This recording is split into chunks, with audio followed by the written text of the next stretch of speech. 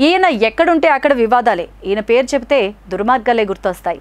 ఎన్ని పార్టీలు మారినా ఎక్కడా గుర్తింపు లేని నాయకుడు. రాష్ట్రంలో అధికార పార్టీ బహిష్కృత నేతగా ముద్రపడ్డ ఆ నాయకుడు ఎవరిని అనుకుంటున్నారా? ఆయనే పివి సురేష్.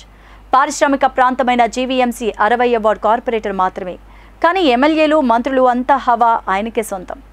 కొన్ని నెలల క్రితం ఆయన్ను అధికార వైసీపీ పార్టీ సస్పెండ్ చేసింది. అయినా అదేమీ పట్టనట్లుగా నియోజకవర్గాల్లో చేపడుతున్న వైసీపీ కార్యక్రమాలకు హాజరవుతున్నారు. ఆయన ఎక్కడ ఉంటే అక్కడ వివాదాలే. ఆయన పేరు చెప్తే ప్రతి ఒక్కరికి దుర్మార్గాలే గుర్తొస్తాయి. జీవీఎంసీ నుండి